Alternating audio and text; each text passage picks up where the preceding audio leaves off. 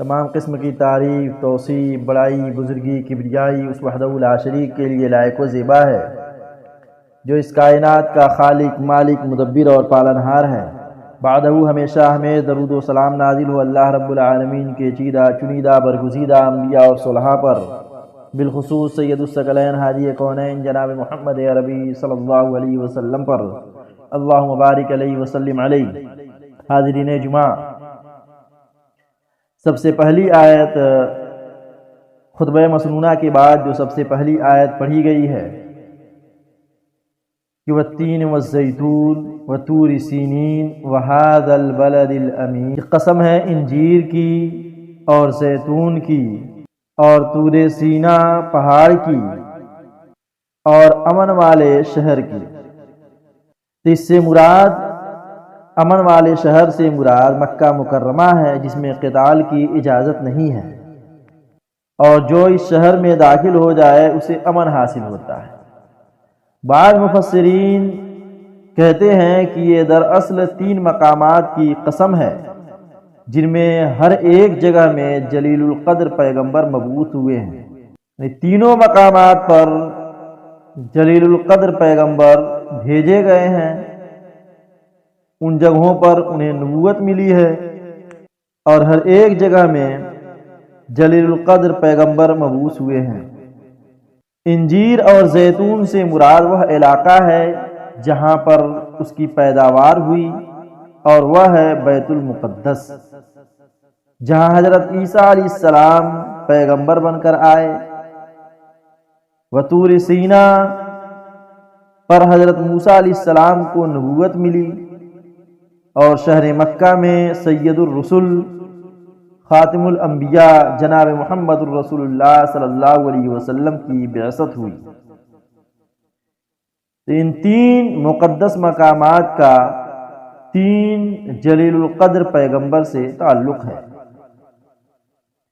ان میں سے 2 پہلی آیتوں کا تعلق بیت المقدس سے ہے، جو کہ فلسطین میں ہے، جہاں اس وقت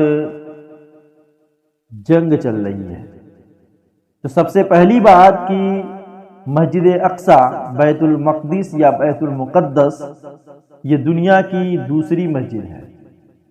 صحیح بخاری حدیث نمبر 3366 حضرت ابو ذر رضی اللہ تعالی عنہ سے مروی ہے کہ انہوں نے نبی کریم صلی اللہ علیہ وسلم سے سوال کیا، یا رسول اللہ ای مسجد اُزی فی الارض،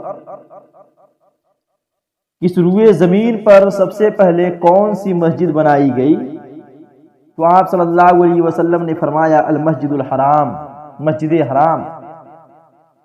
تو انہوں نے پھر سوال کیا کہ ثم ایون، اس کے بعد کون؟ تو آپ صلی اللہ علیہ وسلم نے فرمایا المسجد الاقصی، مسجد اقصی۔ تو پھر صحابی رسول نے پوچھا کہ کم کان بینہما، ان دونوں کے درمیان کتنا فاصلہ رہا، یعنی تعمیر کے درمیان ان دونوں میں کتنا فاصلہ رہا؟ تو آپ صلی اللہ علیہ وسلم نے فرمایا 40 سنہ، 40 سال۔ تو معلوم کیا ہوا کہ اس روئے زمین پر سب سے پہلی مسجد خانہ کعبہ، جو کہ مکہ مکرمہ میں ہے، بنایا گیا، اور دوسری مسجد مسجد اقصی ہے۔ اور اس کی دوسری دلیل سورہ آل عمران آیت نمبر 96 کہ ان اول بیت اُزی للناس للذی ببکۃ مبارکا وہدی للعالمین، کہ بے شک سب سے پہلا گھر جو لوگوں کے لیے بنایا گیا وہ مکہ میں ہے، جو تمام جہان والوں کے لیے برکت اور ہدایت کا مرکز ہے۔ اب یہاں سوال پیدا ہوتا ہے کہ آخر اس گھر کو بنایا کس نے؟ تو سنن نسائی میں حضرت سلیمان علیہ السلام نے بنایا۔ مفسرین اور مورخین نے لکھا ہے کہ دونوں کی تعمیر حضرت آدم علیہ السلام نے کی، خانہ کعبہ اور بیت المقدس، دونوں کی تعمیر حضرت آدم علیہ السلام نے کیا۔ اس کے بعد دوسری مرتبہ حضرت ابراہیم علیہ السلام اور اسماعیل علیہ السلام نے مل کر خانہ کعبہ کی تعمیر کی، اور اسی طرح بیت المقدس کی بھی آدم علیہ السلام کے بعد یعقوب علیہ السلام اور سلیمان علیہ السلام نے تعمیر کیا۔ یہ انبیاء کی سرزمین ہے، کیونکہ تمام انبیاء کرام اسی کی طرف مبعوث ہوئے، بھیجے گئے، اور ہجرت کر کر کے اسی علاقے کی طرف مقام ہے جسے انبیاء کی سرزمین کہا جاتا ہے۔ اور اسی جگہ پر وہ واقعہ بھی پیش آیا کہ موسیٰ علیہ السلام کے پاس ملک الموت فرشتہ آیا تو انہوں نے ایک مکہ مارا تو اس کی آنکھ پھوٹ گئی۔ پھر وہ بھاگا اللہ رب العالمین کے پاس گیا اور کہا کہ اے میرے رب، تیرا بندہ بڑا جلالی ہے، اس نے میری ایک آنکھ پھوڑ ڈالی۔ تو اللہ رب العالمین نے کہا کہ تیری آنکھ تو میرے پاس ہے، اور پھر ٹھیک کیا اور کہا کہ جا کر میرے بندے سے کہو کہ ایک گائے یا بیل پر اپنا ہاتھ رکھے اور اس کے ہاتھ کے نیچے جتنے بال آ جائیں گے اتنے سال زندہ رہے۔ چنانچہ وہ فرشتہ حضرت موسیٰ علیہ السلام کے پاس پہنچے اور کہا کہ آپ ایک بیل یا گائے پر اپنا ہاتھ رکھیں اور اس ہاتھ کے نیچے جتنے بال آ جائیں گے اتنے سال آپ زندہ رہیں گے۔ تو موسیٰ علیہ السلام نے پوچھا کہ پھر اس کے بعد کیا ہوگا؟ تو کہا کہ اس کے بعد پھر موت آئے گی۔ تو انہوں نے کہا تب آپ ابھی اس وقت ہی روح نکال لو۔ یہاں ایک نماز کا ثواب کئی گنا زیادہ ملتا ہے۔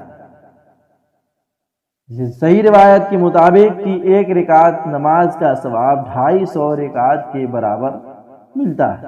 اور اسی کے تعلق سے اللہ کے نبی صلی اللہ علیہ وسلم نے فرمایا کہ ان الشام دار المؤمنین، کہ ملک شام یہ مؤمنین کا علاقہ ہے، مومنوں کا گھر ہے۔ جناب محمد الرسول اللہ صلی اللہ علیہ وسلم نے دعا کی تھی کہ اللہم بارک لنا فی شامنا و یمننا، کہ اے اللہ ہمارے شام میں اور یمن میں برکت عطا فرما۔ اور دوسری حدیث میں اللہ کے نبی جناب محمد الرسول اللہ صلی اللہ علیہ وسلم نے فرمایا کہ ان الایمان حین تقع الفتن بالشام، میرے صحابہ کہ جب دنیا میں فتنے سر اٹھائیں گے، چاروں طرف فتنے ہی فتنے واقع ہوں گے، تو تمہیں ایمان ملک شام میں نظر آئے گا۔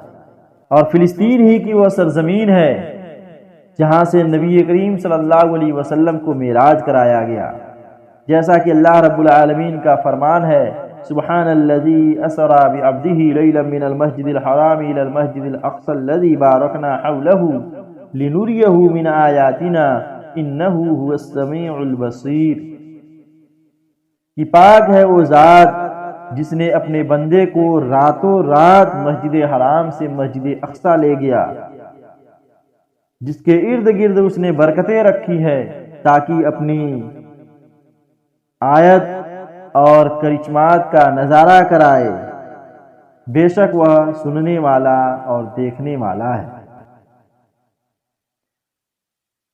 تو اللہ کے نبی صلی اللہ علیہ وسلم کو خانہ کعبہ یعنی شہر مکہ سے براق پر سوار کر کے راتوں رات مسجد اقصی لے جایا گیا، اور مسجد اقصی سے گیا پہلے آسمان پر، پھر اس دوسرے آسمان پر، تیسرے آسمان پر، چوتھے آسمان پر، پانچویں آسمان پر، یہاں تک کہ 7ویں آسمان تک لے جایا گیا، اور 7ویں آسمان سے اوپر بھی لے جایا گیا،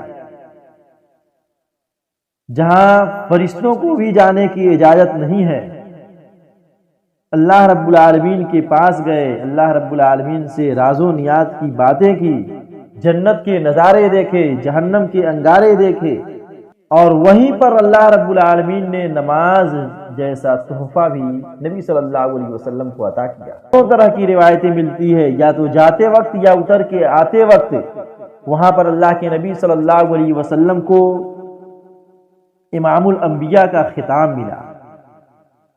یہ آدم علیہ السلام سے لے کر کے حضرت عیسیٰ علیہ السلام تک 1,24,000 کم و بیش انبیاء کرام کو اکٹھا کیا گیا، اور نبی صلی اللہ علیہ وسلم کو حکم دیا گیا کہ آپ تمام انبیاء کرام کی امامت کرائیں، اور وہیں پر نبی کریم جناب محمد الرسول اللہ صلی اللہ علیہ وسلم کو امام الانبیاء کا خطاب ملا۔ آدم علیہ السلام سے لے کر جناب محمد الرسول اللہ صلی اللہ علیہ وسلم تک تمام انبیاء کرام ایک ساتھ ایک ہی وقت میں ایک امام کے پیچھے نماز ادا کیے، یہ اسی زمین کو فضیلت حاصل ہے۔ ان تمام احادیث کے بیان کرنے کا مطلب یہ ہے کہ جیسے ہم خانہ کعبہ کا احترام کرتے ہیں، اس کی عزت اور اس کی تکریم کرتے ہیں، اس کی محبت ہمارے دل میں ہے، صفا مروہ کی محبت ہمارے دل میں ہے، مینا کی محبت ہمارے دل میں ہے، مدینہ کی محبت ہمارے دل میں ہے، مسجد نبوی کی محبت ہمارے دل میں ہے، جبل احد کی محبت ہمارے دل میں ہے، مسجد قباء کی محبت ہمارے دل میں ہے، ایسے ہی مسجد اقصی کی عزت عظمت ہمارے دل میں ہونی چاہیے، اس کی محبت ہمارے دل میں ہونی چاہیے، اس کی تاریخ ہمیں جاننا چاہیے، اس کے فضائل و برکات کو ہمیں جاننا اور سمجھنا چاہیے۔